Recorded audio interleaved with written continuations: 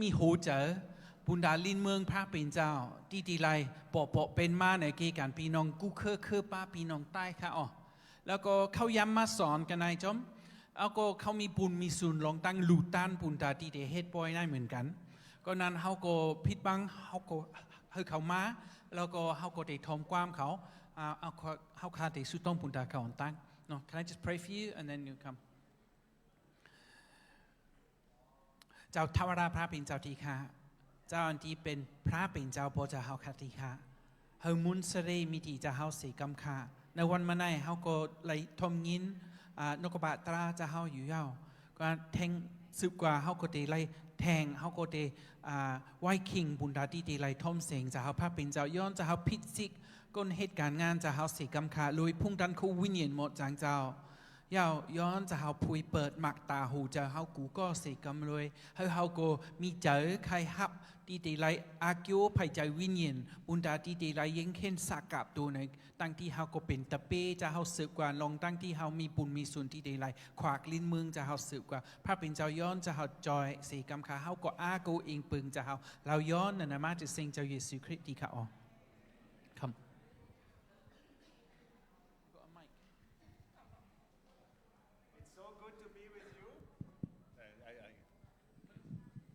So good to be with you.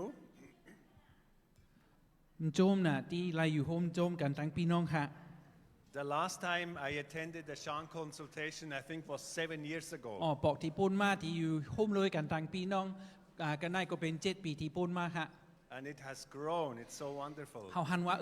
มันใหญ่มากตั้งที่ชื่อพระเป็นเจ้า One person I haven't seen, Saitun from Sipo, I haven't seen for 13 years. ก็อันที่จำใจกันตั้งเยอะก็เป็นใจทุนค่ะก็เขาอยู่กะตีเป้งยงกะตีจำน้ำปองข้ามไรหันกัน13 ปี And I've been so blessed yesterday to hear your testimonies. เขาก็ไล่ตั้งลีมังกลาเมื่อว่าที่เขาไล่ทอมศักดิ์ศรีพี่น้องค่ะ How our God, He can transform people's lives. ลองตั้งที่พระเป็นเจ้าเขาก็โมแลกลายใครปูดอาสาโกนเขา We heard testimonies where hopeless cases, you know. เขาไล่ยินศักดิ์ศรีลงอาเคเนอันที่มีตั้งมุมมอง But nothing is impossible for our God. ก็อย่าลอยพระเป็นเจ้ากูเมียวก็เป็นกว่าไร So I feel very honored and very blessed to be with you. ก็เป็นนันคาหุตัวก็ไล่ตั้งลีมังกลาที่เขาไล่อยู่โฮมลอยกัน I feel so blessed to be with you. เขาเคยตั้งกี่ชื่อพระเป็นเจ้าปุณตาตั้งลีมังกลาที่หอดถึงอาสาค่ะ So as I understand, the theme of this consultation is consecration and also the cost of following Jesus. ข้าพงจะตั้งที่เยื่องใหม่ลองตั้งเขาอยู่จมกันได้เป็นลองตั้งที่เขาไหวลองตั้งที่เขาสักกับตูกติพระเป็นเจ้า But also wrestling with the question, why are some believers backsliding? ก็วังโปเขาก็ได้มีข้อทางเทิมคือว่ามีคำถามกันว่าให้ยังกำพงก็เลยว่าอยู่ยานกายกันต่างพระเป็นเจ้าคือว่ากองหลังต่อพระเป็นเจ้า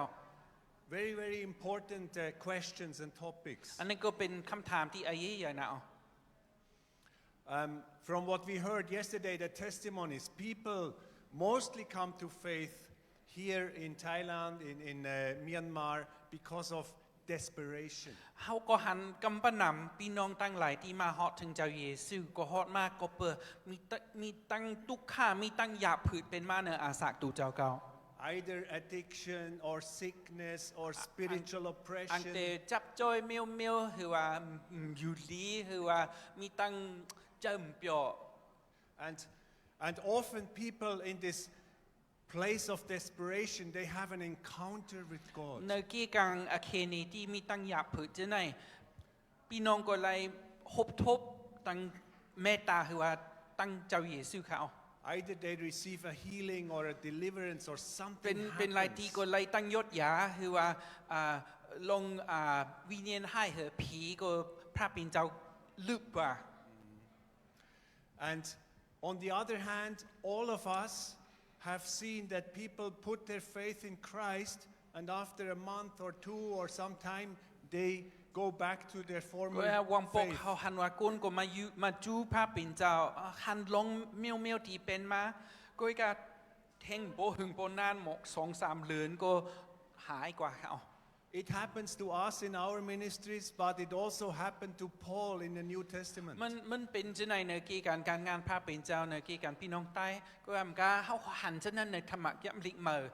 คุกจะไรอาสาปอลูกค่ะอ๋อ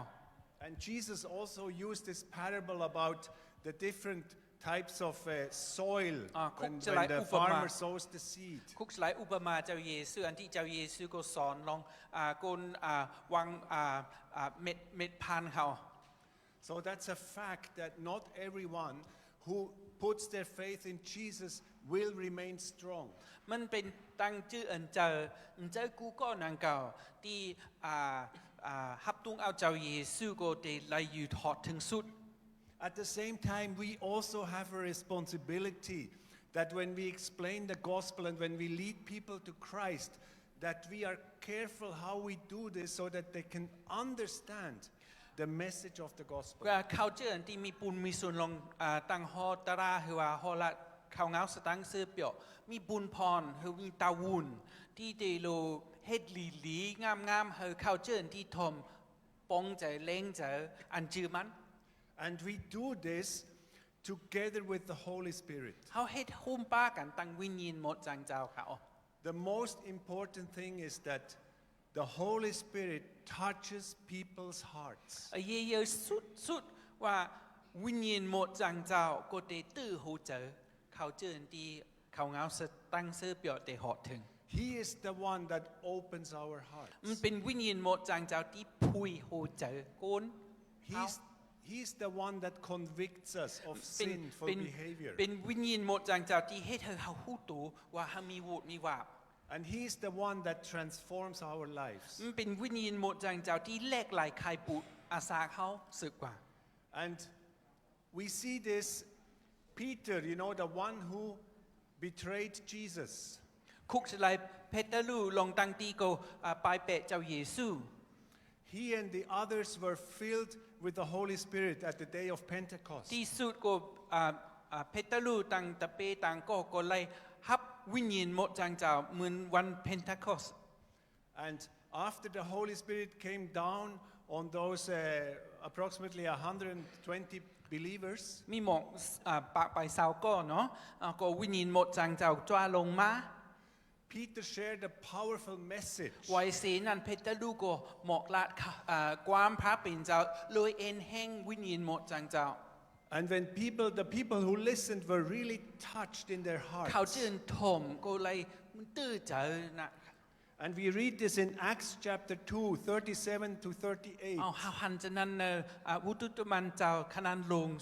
2ขนาดอ่อน what's the code verse Acts chapter 2, 37 and 38. 37 38 I'm going to read it in English, then Tun will read it in เดลัย Shan. พัดอ่านเป็นอังกฤษยาวก็ใจทุนก็เดพัดเป็นความใต้ค่ะอ๋อลิกใต้ When the people heard this, they were cut to their heart and said to Peter and the other apostles, "Brothers, what shall we do?" Peter replied, "Repent, be baptized, every one of you, in the name of Christ, for the forgiveness of your sins, and you will receive the gift of the Holy Spirit."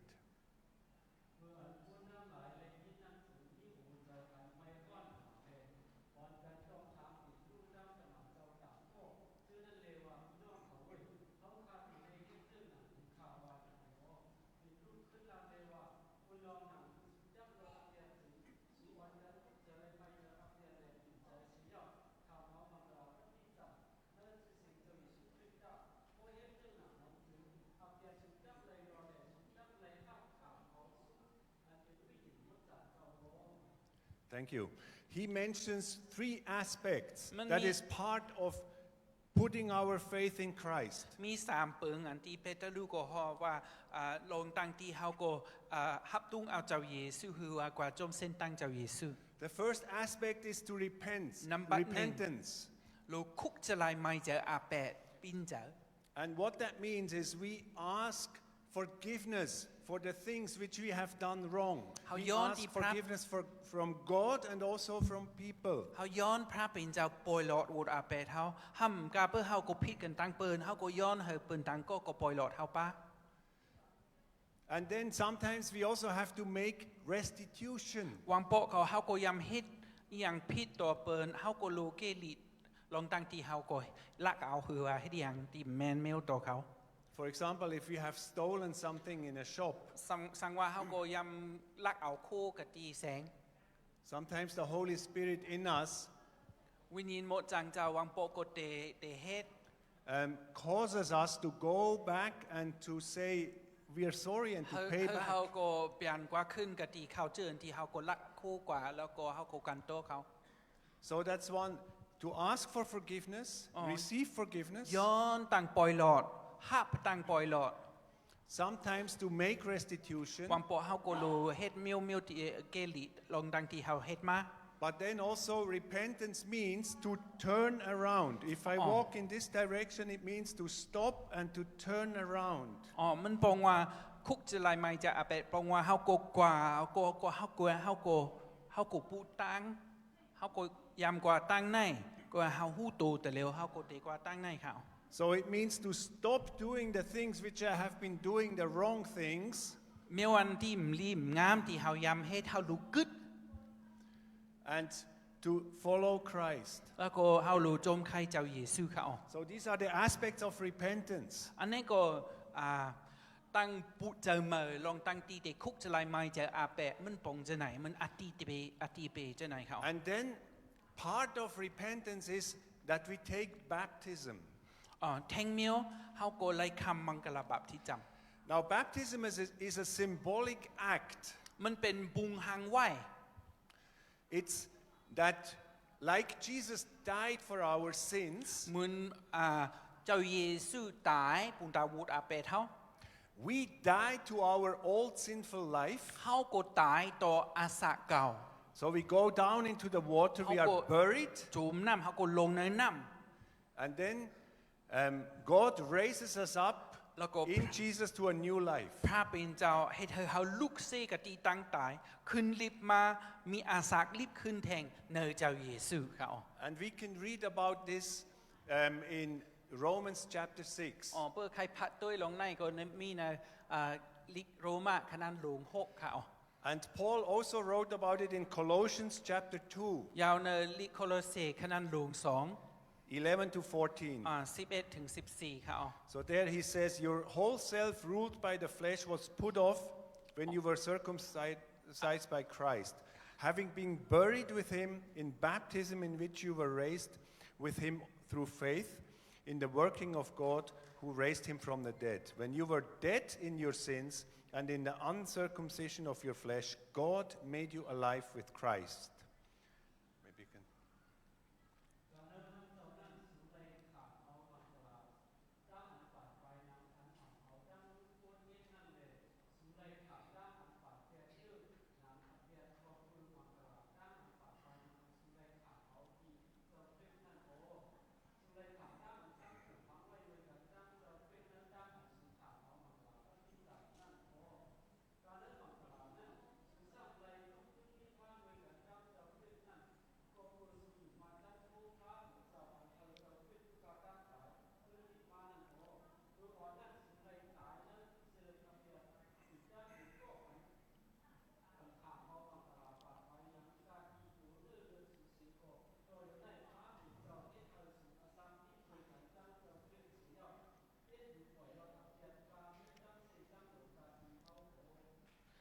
Yes, thank you. So baptism is a very, very important part of putting our faith in Christ. มังกรบับที่จำเป็นเมียวอายีน้องลองตั้งที่เฮาก็สักกับตัวในตั้งยูมะเจ้าเยซูเขา It's a public statement to the world มันเป็นเมียวอันที่เฮาป้านี่กติก็ในโลกาใน that we have turned around, ว่าเฮาก็เปลี่ยนเฮาก็พูดใจมาเย้า that we have died to our old life, เฮาก็ตายต่ออาสาเก่า to our sinful life, อาสาอันเต็มเลยปวดอาแปด and then that we are being raised up with Jesus to a new life. ลูกกติตั้งตายขึ้นลิบมาโฮมบ้ากันตั้งเจ้าเยซูเขา And Paul said this in Galatians 2 verse 20. กาลาทีขนาดลง2ขนาดอ่อนเศร้าเขา And he said, I have been crucified with Christ. พอลูกก็ละว่าตูเจ้าเก้าก็คำตั้ง ตายกติเศร้าละความมือหุ้มปากันหุ้มรวยกันตังเจ้าเยซู And I no longer live, I'm dead, but Christ lives in me. เก่ากุ้มและอยู่สืบกว่าก็เจ้าเยซูอยู่ในเฮาสืบกว่า And the life I now live in the body, I live by faith in the Son of God who loved me and gave himself for me. อาศักที่เฮายำละเทงกัม can you say it slower The life I now live in the body, I live by faith. อาศักที่เฮามีสืบกว่าในตัวเฮาอยู่รวยตังอยู่มา In the Son of God who loved me ตัง and อยู่ gave มาใน himself for me. เจ้าเยซูอันที่เป็นลูกพระเป็นเจ้าที่ฮักเฮา So this is how God views us. เป็นปุ่งห่างอันที่พระเป็นเจ้าตัวไว้พระเป็นเจ้าตัวเฮาเป็นคนฉะนั้นค่ะ So when we come out of the water, ลูกตีน้ำnow that's a symbolic act of what Jesus has done for us. เป็นปุ่งห่างไว้อันที่เจ้าเยซูเฮ็ดไว้ปุ่นตาเฮา When we put our faith in Christ and receive forgiveness, เฮาก็ไล่มีตังอยู่มาในเจ้าเยซูไล่คำตังปล่อยลอดอาแปด we become part of God's family. เฮาก็เข้าฮูป้าในนาเฮนาเยพระเป็นเจ้า We become sons and daughters of เฮามาเป็น God. ลูกหลานพระเป็นเจ้า And He loves us. แล้วก็พระเป็นเจ้าฮักเฮา And there's nothing that separates us แล้วก็ or can separate แล้ว us ก็ from เต God our มี Father. อย่างเฮเมียวดีเตเลยเฮ็ดให้เฮาไล่พาดเพกันตังพระ At the same time, we have free access to God. คิงเหลียวกันเฮาก็มีตั้งรอดแล้วดีๆไล่สึกกว่าจู้พระเป็นเจ้า He's our Father. เป็นปอเจ้าเฮา I have two children. เฮาค่ะก็มีลูกสองก็ They always, even when they were small, they have free access to me as their father. เมื่อเขาเป็นลูกอ่อนเล็กเขาก็มีตั้งรอดแล้วดีๆเหาะถึงปอตาเส They can interrupt me anytime. เปิ้ขายให้ดีอย่างเขาก็เข้ามาง่าย I don't say, no, I don't have time because ๆ they are my children. เขาก็ไม่ลาดว่าเฮ้ยเขามีคิงปุนซาซูก็เพื่อว่าเขาเป็นลูกเขา Yeah. So, for new believers, it's so important ปุนตาเขาเชื่อที่มาอยู่มาพระเป็นเจ้าเมื่อ that they understand, and it's not so easy for us to explain to them that they receive a new identity. มันไอ้ยี่เยอะก็มันบ่ง่ายนางเก่าที่ได้ไล่ปงเจอกันว่าเขาเป็นคนเมื่อคือว่าเขาเป็นคนเมื่อ And that identity is much more important than our heritage, where we come from. ลองในก็ไอ้ยี่เยอะเซอันที่มาที่เขาเป็นมาคือว่าเป็นชื่อคือหลายก็ย่าลองตั้งที่เขาก็เกิดมาในเจ้าเยซูยังเห็นไอ้ยี่เยอะเสนั่นเขา I'm from Switzerland. เขาเป็นคนสวิตเซอร์แลน Andrew ด์ is from the UK. เขาเป็นคนอังกฤษเขาเป็น Some คนสวิตเซอ are ร์แลนด์ from you are Shan กำพ or รกันใน Palong มี or ใต้ other มี people ปลอง groups. มีเครือหลายเครือค่ะ But more important than our background is that we are all brothers and sisters in ก็ Christ. ไอ้ยี่เยอะเซนั่นก็เป็นลองตั้งที่เขาเป็นพี่น้องกันในเจ้าคริสต์เขา I'm probably the tallest brother you know, เขาอังเตเป็นพี่ไออันที่สูงสุดที่เขารู้จักเขา but I'm your brother ก็ยังตึกเป็น in พี่ไอ Christ. เป็น And น้อง there's something that unites us. แล้วก็มีเมียวให้เขามีตั้งมิตรสหายาเขาก็จำใจกัน Our faces are different. หน้าตาก็แปลกปึง The color of our skin is ผิว different. นางก็สีก็ Our height is certainly สูงก็ different. เหมือนกัน But we are brothers and ว่า sisters. เขาก็ตึกเป็นพี่น้องกัน God loves you. พระเป็นเจ้าฮักสู God loves me พระเป็น exactly เจ้า the เข้า same. ค่ะเหมือนกันค่ะ He loves his children the same. พระเป็นเจ้าก็ฮักลูกลางมันเจ้าเป้งกันค่ะ He doesn't make any difference. ไล่ไว้ไอ้ก็นั่นก็ฮักน้ำเหลือก็นั่น Now, we died to our old life. We died to our sinful life. เขาตายต่ออาสะเก่าอันเต็มเลยวุฒิอาแปด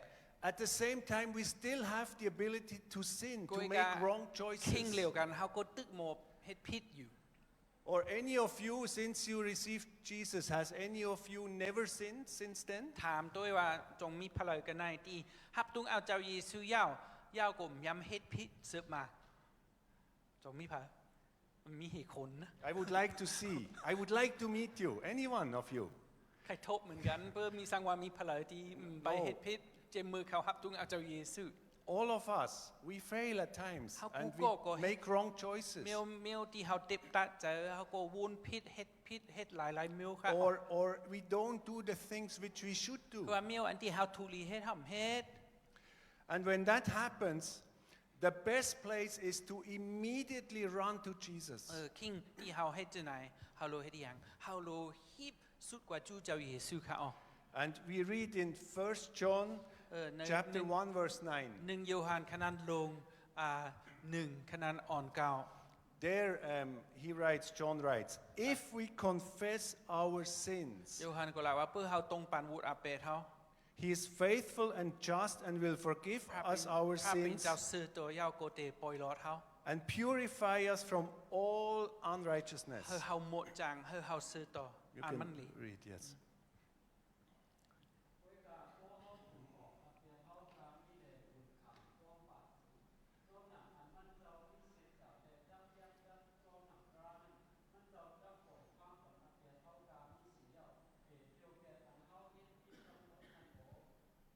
Yes.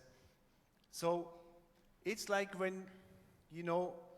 we sin is we become dirty เจ้าเมื่อเฮาก็เฮ็ดวุฒิอาเปตมือว่าเฮากูเกิด and we need to be cleansed. เฮาก็โลหมดจัง And our kids, they used to, our son especially, he used to get very dirty when he was playing outside. อ๋อมันลูกเฮาก็เตะใจก็นำยิงเห็นน่ะอ๋อเปิ้มันออกกว่าเล่นปะเนาะเฮินมันเตกูตาเซ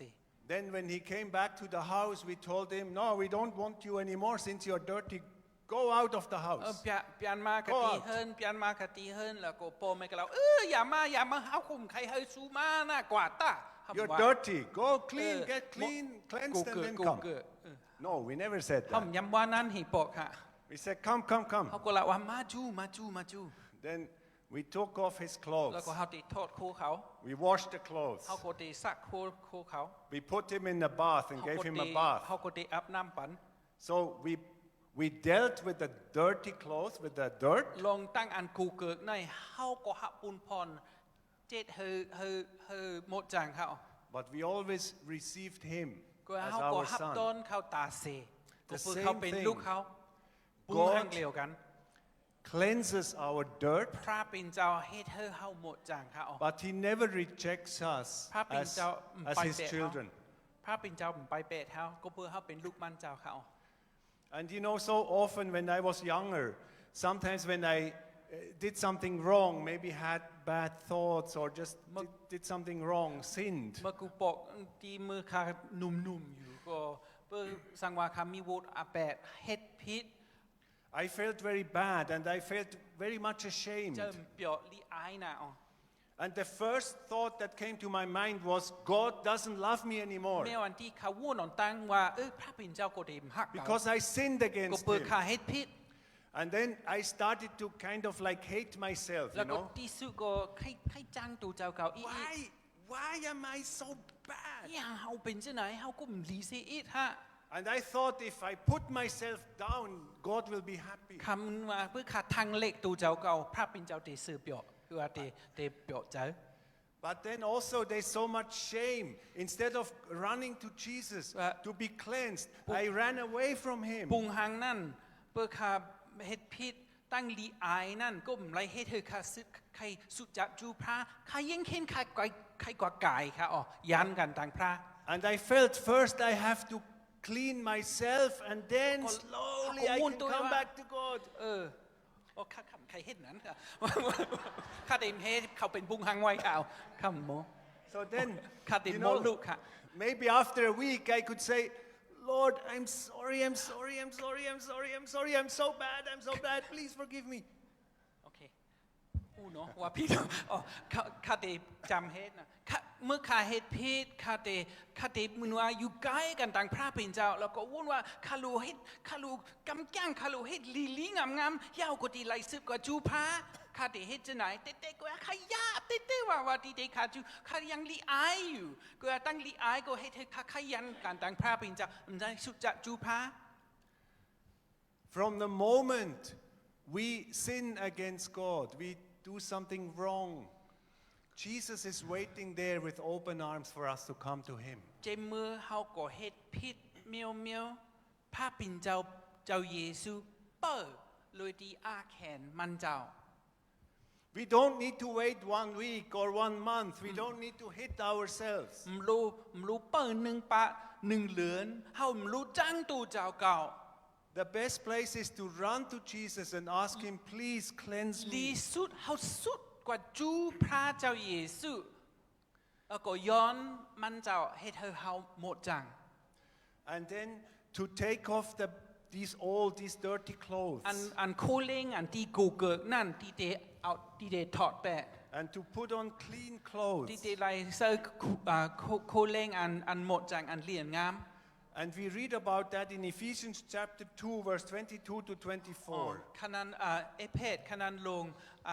2ขณะนั้น on what's the verse Ephesians 4, 22 to ขณะนั้นขณะนั้นลง4ขณะนั้น on 22 ค่ะ And there Paul says, you were taught with regard to your former way of life to put off your old self, which is being corrupted by its deceitful desires, to be made new in the attitudes of your minds, and to put on the new self, created to be like God in true righteousness and holiness. Tun, you can read that.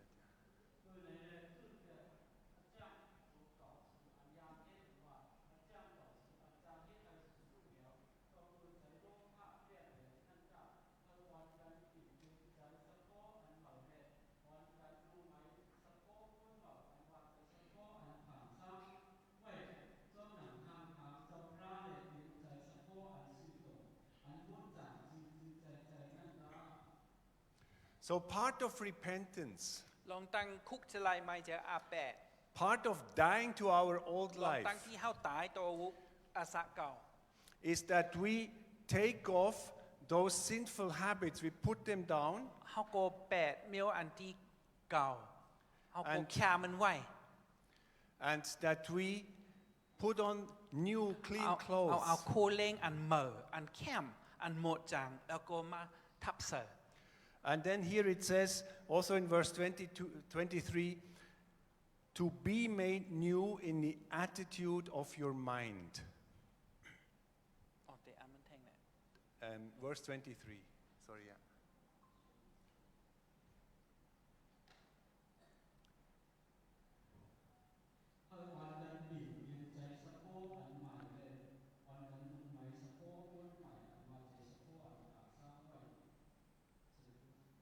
23, yes. So basically, it's something we do together with the Holy Spirit. We have to do a part and the Holy Spirit is doing เฮา a ก็มี part. ส่วนหนึ่งเฮามีเมียวหนึ่งก็วิญญาณหมดจังเจ้าก็มีป้า Our part is to come to Jesus and to recognize เฮารู้จูเจ้าเยซูค่ะอ๋อ that there are things in our lives that need to change. เฮารู้ฮู้ตัวมีเมียวน่ะอาสาเฮาที่ทุกลีเดไข้ปูดกว่า And we repent of those things. อย่า We ask Him for ลองจะได้ forgiveness. เฮาก็ต้องปันอาแปะแล้วก็ย้อนตังปล่อยหลอด And we decide to live a life which pleases Jesus. อย่าเฮาเต็บตะเจอที่ดีไลสักกับอาสาที่ดีไลเฮ็ดอาสาที่ดีเฮาพระเป็นเจ้าเยซูถูกใจแม่นเจ้า At the same time, we can't do this in our own strength. It's impossible. ก็อยากคิงในเฮาก็ฮู้ตัวเฮาก็หมอเฮ็ดทำตาหนึ่งเฮ็ดก้อยโดยที่เฮาอาโกภายในหนัง We need the power of the Holy Spirit who enables us to be transformed in our minds, in our thoughts. เฮาโลพุ่งตั้งโควิญญาณหมดจังเจ้าที่ได้จอยเฮาตั้งแรกลายในก็ได้ลายบ่เป็นมา Otherwise, it's impossible. เลเซนั่นก็มันเป็นกว่าลายเขา Now, this act of taking off our dirty clothes, putting on new clothes, being renewed by the Holy Spirit, it's an ongoing มัน process. เป็นเมียวอันที่เฮาโลซึบก้อยเฮ็ดน่ะลองตั้งที่ดีแค่อันเมียวอันเก่าแค่ไว้ลองตั้งที่เฮาที่นุ่งไม้เมียวอันเหมอมันเป็นเมียวที่เฮาโลก้อยเฮ็ดเลยเอ็นแห่งภาพเป็นเจ้าวิญญาณหมดจังเจ้า It starts when we first put our faith in Jesus. ที่เตจ้ามันเป็นเมื่อเฮาหับตุงเอาเจ้าเยซูเฮาก็มาอยู่มาเจ้าเยซูเป็น But เจ้า it พระ continues กุยกามันโลสืบกว่าโลมีเป็นมาติ๊กค่ะในอา And สาเขา the Holy Spirit keeps on revealing to us certain attitudes which are wrong. วิญญาณหมดจังเจ้ากดได้พูดเนี่ยเปียนี่มีอันที่โลปุ Certain thoughts and actions that are wrong. ลองอักย่างลองตั้งวุ่นลองสะพอเมียวอันที่ So เรี he ยมงา goes ม deeper. วิญญาณหมดจังเจ้าก็ลงลึกในอาสาเขาค่ะ It's a process that will never stop until we die and are united มัน with เต็ม Jesus. มีวันอันที่มันยาวเลยถึงวันที่เราพบทบกันตังเจ้าเยซู Now, a couple of things. First of all, the Holy Spirit never forces us to change. อ๋อสองเมียวค่ะนับหนึ่งก็เข้าเราต้องว่าวิญญาณหมดจังเจ้าไล่อีเฮาเฮ็ดเมียวค่ะ The task of the Holy Spirit is to transform our lives that we become more and more like Jesus. วิญญาณหมดจังเจ้าก็มีปุณพรที่เดปุตอาสาเขาก็เฮไข่ปูดเหมือนปุงหังเจ้าเยซูเจ้าอยู่ But He wants us to say yes to this กุยกา process. พระเป็นเจ้าใครเฮาโฮมป้าเขา If we resist this, He will not transform พระ us เป็นเจ้าเต็มเฮ็ดค่ะ because He respects our will, ก็ our เปิด free พระเป็น will. เจ้าก็นับยำกุนอันเป็นกุนหมอเต็บตาใจกุย Jesus only wants followers that freely follow Him by their free Okay. will. He will Okay. never force anybody to เจ้า follow เยซู Him. ใครไล่ตะเปอันที่มีเจอใครกว่าจอมค่ะอ๋อมันพระเป็นเจ้าเต็มอีเต็มไรความไทยก็เป็นบังคับความไต้ว่าหือบังคับเป็นอีหือเป็นอาธรรมะเฮเฮ็ดอินจงครับยาย And unfortunately, in our churches, whether it's churches among Shan, among Thai, in the UK, in Switzerland, มีปราสานาในอากีกังชื่อเจ้าว่าเป็นเมืองเหลอ there are believers มีคนอยู่มา that resist ก็อยาเขาจะในก็ใครกว่าพวกใครกว่าจม transformation by the Holy ลอง Spirit. ตั้งแหลกหลายใครปูที่ได้เป็นมาก็เปิดวิญญาณหมดจังเจ้า And what happens when we resist, when we say no to เมื่อ the เขา transformation? เอาตั้งใครปูจะไหนเป็นมา We remain the same. เขาก็เต็มปูค่ะ And instead of being like a plant who is alive and grows and flourishes, ลองตั้งที่ได้เป็นต้นไม้ที่งอกขึ้นมาแล้วก็เยอะมา we start to die. คือเขาจะเป็นจะ We start to เขาก็ rot. เหี่ยวกว่าเขาก็ And ตาย a กว่า plant that rots, starts to smell, starts to stink. เพื่อเป็นต้นนั้นที่มันเป็นพงเหี่ยวกว่าที่สุดที่ก่อยมันเต็มเมน Do you know believers? They confess to be believers in Christ, จง but they distribute the bad odor and smell. ก็จงหูจักกำพองอันที่เป็นคริสเตียนก้นยูมาเจ้าเยซูก้อยกาลองตั้งที่เขาเฮ็ดลองตั้งที่เขาหันมันเป็นเมี่ยวอันที่งินสาบมันหนำลี Not perfume. I'm not talking about perfume or มันจะไอ sweating. หอมค่ะมันเป็นอันแมน I'm talking about gossiping, ลองตั้งซบเซบโลดหลาดความลองเปิล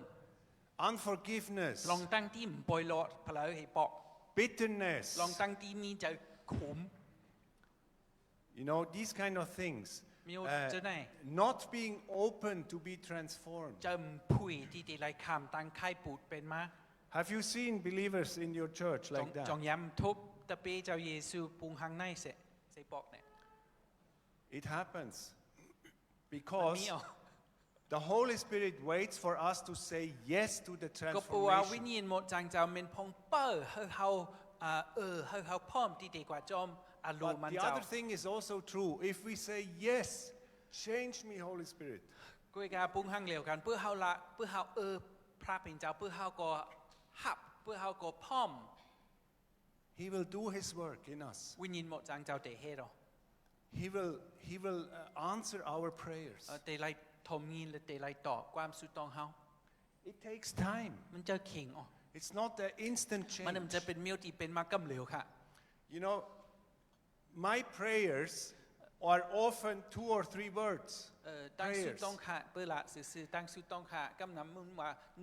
1-2-3กำ The prayer I pray the most several times a day ตั้ง is, สุดต้องตีค่ะสุดต้องน้ำเสตั้งสุดต้องกูเมียว Lord, help me. พระเป็นเจ้าจอยค่ะ Lord, cleanse me. พระเป็นเจ้าให้เธอเฮาหมดจัง Lord, use me. พระเป็นเจ้าเจอข้า Lord, change me. พระเป็นเจ้าพูดข้า These are my prayers อั of นนี้ก็เป็นตั้ง desperation. สุดตองฮะที่เขามี Not the long, beautiful จะว่า prayers. ตั้งสุดตองเข้มยาวมันจะเป็นจะไหนค่ะ The prayers of desperation. เป็นตั้งสุดตองที่ลูกเสกตีตั้งหูตัวว่ามันมีปัญหาปริศนาค่ะ But when we are desperate, ก็เมื่อเขาก็ทุกขาใจจะไหน because we know we cannot change ก็ว่าเขา ourselves, หัวเขาโมพูดอาเคเนพูดคิงเขาโมให้ก้อยเขา when we come to God and ask Him, change us, เขาก็จูพระเป็นเจ้าแล้วก็ย้อนมันเจ้าพูดเขา then the Holy Spirit has an open door. พระเป็นเจ้าวิญญาณหมดจางเจ้าก็มีพักดูอันพูด He has ไว้ a green light, มันมีไพ่เขียว and He will do His work of ยาว transformation. มันเจ้าก็ติมาเหตุการณ์แล้วก็ตีไรพูดโหใจพูดอาเคในพูดลอง Now, for new believers, บุญดาเขาเชิญที่มาอยู่มาพระเป็นเจ้าเมื่อ it will happen that after they give their life to Christ, after baptism, after receiving the Holy ไว้ Spirit, เสตีฮับตุงเอาเจ้าเยซูหัวคำมังกรบับที่จำหัวอันที่ what was the third thing receiving the ฮั Holy บ Spirit, วิญญาณหมดจางเจ้า they will struggle with sinful behavior sometimes. จะมีตั้งหยาบลงอักย่างอันตั้งที่เหตุก็วังโปก็เต็มริมงาม Even though we died to มิก sin, สมว่าเขาตายต่อวุฒิอาเปดเขา sin also wants to come up again in our อา lives. เปดก็ตึกใครลุกมาเหมือนกันค่ะอ๋อ So people will struggle maybe with alcohol, with addiction, with different types of evil behavior, sinful มันจะ behavior. มีเมียวอันที่เขาหลุดตึกต่อมันอังแต่เป็นลงกินเหล้าเหคือว่าอักย่างอันเก่าอันกูเกิดที่เขาก็จับจอยหรือแต่มีหลายเมียวที่เขาหลุดตึกต่อ Even people, yesterday we heard some great testimonies from Saiming on, even people that were miraculously set free from drugs or from alcohol, still they will have temptations. อ๋อค่ะปิกสมว่าเขาก็ไล่ยินสักเสมือนที่เขาไล่ยินกติเสียมินอองก็เขาเจอที่หันลงอันลีอามเป็นมาก็ปูว่ากูปกเขาก็จับจอยเมียวหนึ่งแล้วก็เขาขามตังปดปอยเหแล้วก็เขาเลาะแล้วเขาจะไหนก็เตตึกงาตังจำตัวสืบกว่าค่ะอ๋อ And when that happens, when they feel temptation, when they fall into some habit again, อย่าเมื่องาตังจำตัวจะนั่นแล้วก็เฮ็ดพี่ถือลองตั้งแทง immediately they will feel bad. กำเร็วเขาเตเจอโป๊บยอก็เตลีอาย They will feel shame. แต่มีตังลีอายเป็นมาค่ะ They want to hide. ใครซิมตูนะ They don't want to share their struggles ใคร with you. ใครละกะที่ตังก็ลา Have you noticed this in your ministry? จงหันในการงานที่เฮาเฮ็ด So it's so important that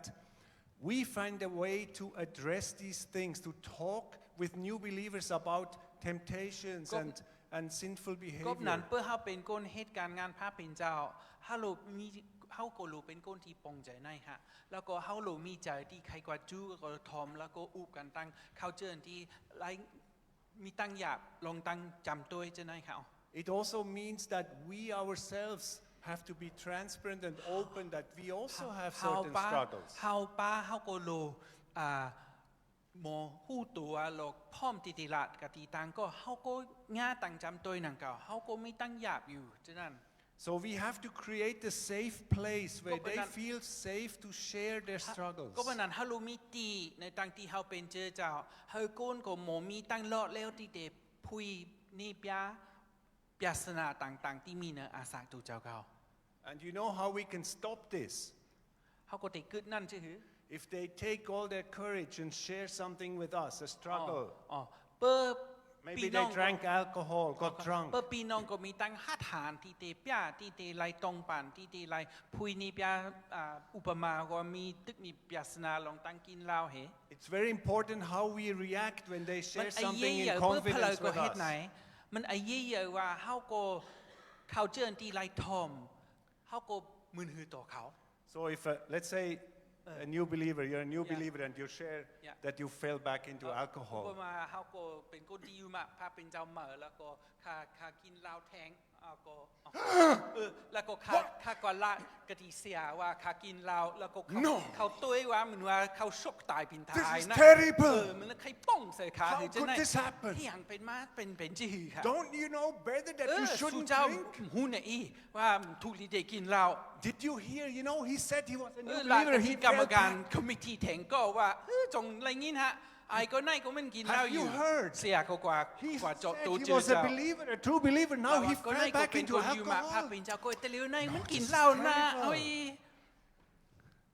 Is this how we should react เขาทุลีเดเป็นเช่นนั้นเนี่ยตัวเขาเจอที่ต้องปานคือว่าลาดพุยนี่ป้าลงวูดอาเปะคือว่าเมียวที่เขาจับจอยเขาทุลีเดตอบเช่นนั้นเนี่ย If I react like this do you think he will ever share another struggle with me เพื่อเขาเฮ็ดจะไหน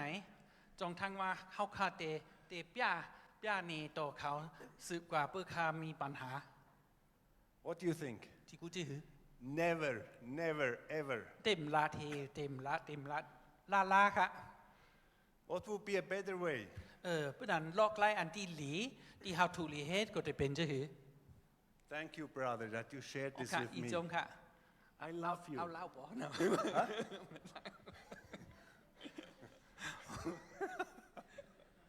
เฮ็ดมาละมา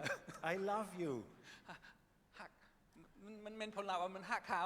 I understand it's a มัน struggle ปงใจว่าตั้งที่ขยับอ๋อ but I have good news ก็มีข่าวหลี we can come to Jesus เขาก็สู้เจ้าเยซูได้ and you can tell Jesus แล้ว your ก็โมลาด struggle กะทิเจ้าเยซูลองตั้งที่เขามีตั้งหยาบเผิด and then we can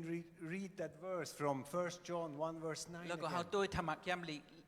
1 โยฮันขนาดลง1ขนาดอ่อนเก้า When we confess our sins เมื่อ He's เราเขา faithful and ก็ just and forgives ต้องปัน us วูดอาเปะพระเป็นเจ้าซื้อต่อแล้วก็เตปอยลอดวูดอาเปะเขา and we can pray together แล้วก็เขาเตไลสู้ต้องจมกัน and then I would tell him you know you're not alone แล้วก็มันเสียก็เตลาดกะทิเขาว่า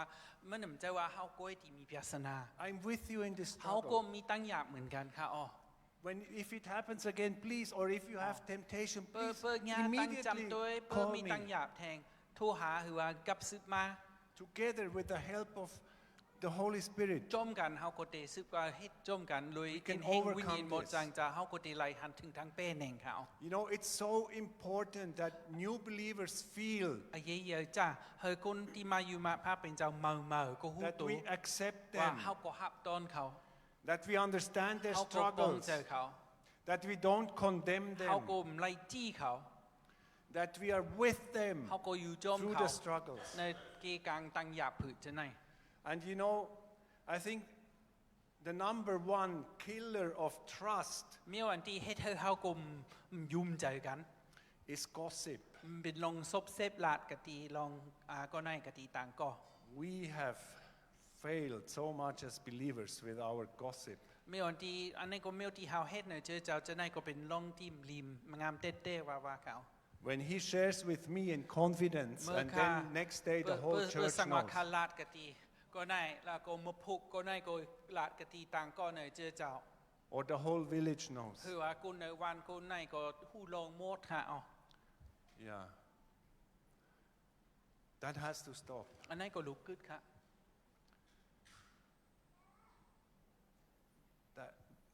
that really gossip that has to stop that's something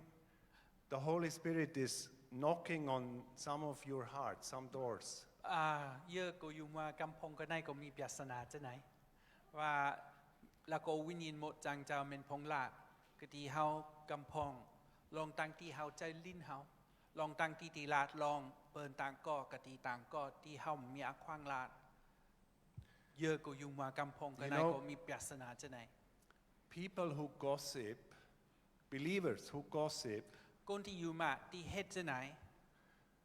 often resist the transformation of the Holy Spirit in their lives เป็นเขาเจอที่ตูเขาก้อยแม่นพงปิดตังให้วิญญาณหมดจังเจ้าก็ได้มีตั้งรอดแล้วที่ได้เหตุการณ์ในอาศักตูเจ้าเก่า sometimes believers who have stopped growing in their faith ขยันกำพองที่กึดในตั้งเยอะมากเป็นขยัน and they gossip แล้วก็ละลองตั้งก็ลองเมียวอันที่แม่นเมียวในอาศักต่างก็ and it creates a lot of hurt มันให้เธอคุณมีตั้งเจ็บหยาบนำในกี่กังเจอเจ้า and I think that's something I feel the Holy Spirit is convicting some of you. ขยุมว่าวิญญาณหมดจางเจ้าคงเป็นพงเหตุการณ์ก็ได้กำพงโกเตหูตูเป็นตูเจ้าเก่าที่เหตุไหน That this is something we need to stop. แล้วก็หูตูว่าเมียวไหนก็เป็นเมียวอันที่เขาถูกลีกึด Yeah. So the Holy Spirit, วิญญาณหมดจางเจ้าใน when we invite Him to transform our เมื่อเขา lives, จูเฮมันเจ้าก็เข้ามาพูดอาสาเขาสืบกว่า He keeps on revealing things which He wants to วิญ change. ญาณหมดจางเจ้าก็ได้เปียนี่เมียวเมียวอันที่ถูกลีเดพูดกว่า Thoughts, ตั้งวุ่น attitudes, ลองตั้งกำตั้งย่างตั้งอักย่าง and actions. ลองตั้งตีเฮาเฮ็ด And the more we say yes to this change, เมื่อ the เฮาก็ deeper He เมื่อ will เฮา be ก็ able to เมื่อเฮา transform ก็ us. กว่าจมวิญญาณพระเป็นเจ้าพระเป็นเจ้ายังเข็นมีตังเลาะแล้วที่เดเฮ็ดยังเข็นนำ Okay, now I would like you to get into groups of 4 people. ใครเพเป็นจุ่มสี่ก็ต่อจุ่มค่ะอ๋อ Maybe ย้อนฮิปเฮดค่ะอย่านั่งหลายๆเอาเป็นสี่ก็เป็นจุ่มค่ะ yeah. อินจอมค่ะ Is it just easiest when they just the ones that are together, huh? Or I don't know just like they're doing it okay. อินจอมค่ะเอาสี่ก็ต่อจุ่มค่ะสี่ก็ต่อจุ่มค่ะเพเป็นจุ่มค่ะกลใจไม่ยิงจอมกันก็ไรอ๋อค่ะมันจะเป็นจุ่มกลใจไม่ยิงก้อยอ๋อค่ะ Do you want them to be with other people that they Huh? know? Do you want them to be with people they know or don't know? Probably because they're mostly getting together with Yeah, maybe if they don't know, maybe better. มันแต่ลีเหลือเปิ้นางจมข่าวเจินที่หำไปหุจักอ๋อค่ะกว่าจูฮัฐานอินนะพี่น้องค่ะกว่าจูข่าวเจินที่หำไปหุจักย้อนหับตอนคนที่ข่าวจูนะอย่า It's very good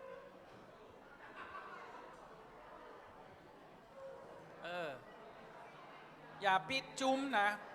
หับตอนข่าวเจินที่มาจูOkay.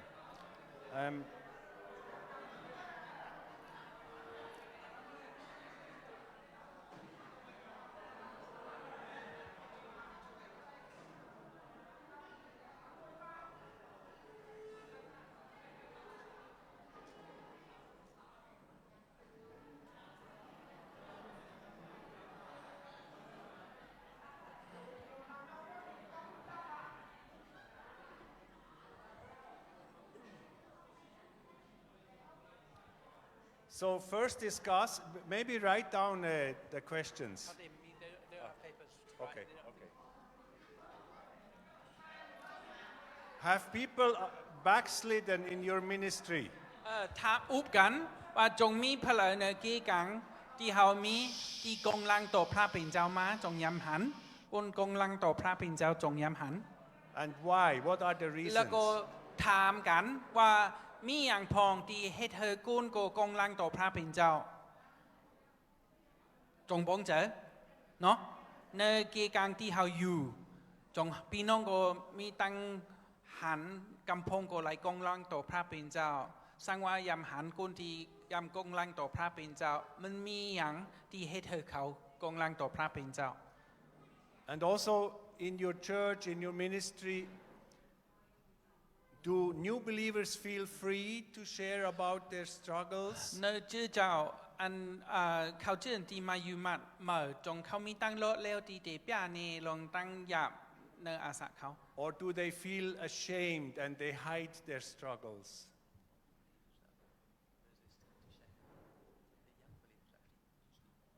Okay.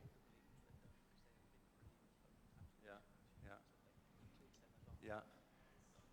So believers, not only new ones, all the believers, do they feel free to share? ผมจะว่าเขาเชื่อที่ก็หามาอยู่มาเมื่อเขาหัวมีเขาเชื่อที่อยู่มาพาเป็นเจ้าหึงเย้าจงมีตั้งโลดแล้วที่ตีไล่ลาดกตีต่างก็ลงพิจารณาภายใจวิญญาณที่เขาตึกมีอยู่ And as a church, how can you build trust แล้วก็ and stop gossip? แล้วก็ในชื่อเจ้า ใครเฮอพี่น้องก็วุ่นตัวว่ามันมีอย่างพองที่เฮาหมอเฮ็ดเฮากึดในตั้งที่ตลาดมีความสบเสพในเจ้าเจ้าแล้วก็เฮ็ดเฮอมีอาเคนี่เฮอพี่น้องในเจ้าเจ้าเฮาก็ที่มีตั้งรอดแล้วที่ตไลอุปกติกันสุดต้องจอมกันจะไหน Okay. ต้อง So พี่น้อง go ปอง ahead ใจเนี่ย and discuss. เพื่อมียามมีคนกองลังต่อพระเป็นเจ้ามีอย่างที่เฮ็ดเธอเขากองลังต่อพระเป็นเจ้าเย้าปุณดาเขาเจอที่ยูมาในเจ้าเจ้าจงมีตั้งรถแล้วที่ตีไหลป้านี่ที่ตีลาดลองมีวันที่มีเป็นตั้งหยาบเนื้ออาศักดูเจ้าเก่าจับจอยหรือว่ามีวันที่เฮาก็ยังเฮ็ดที่แมนเมลจงเฮาพี่น้องก็มีตั้งรถแล้วที่จะเฮ็ดฉะนั้นอันนั้นนับบัตร2นับบัตร3ว่าเฮาจะเฮ็ดจื้อที่เดปูดโอเคนี่นายเลยที่เดมีตั้งซบเซเป็นมาในเจ้าเจ้าเย้าก็เดมีตั้งรอดแล้วที่เดคุยนี่ป้าแล้วก็สุดต้องจมกันอุบกันจะนายเขา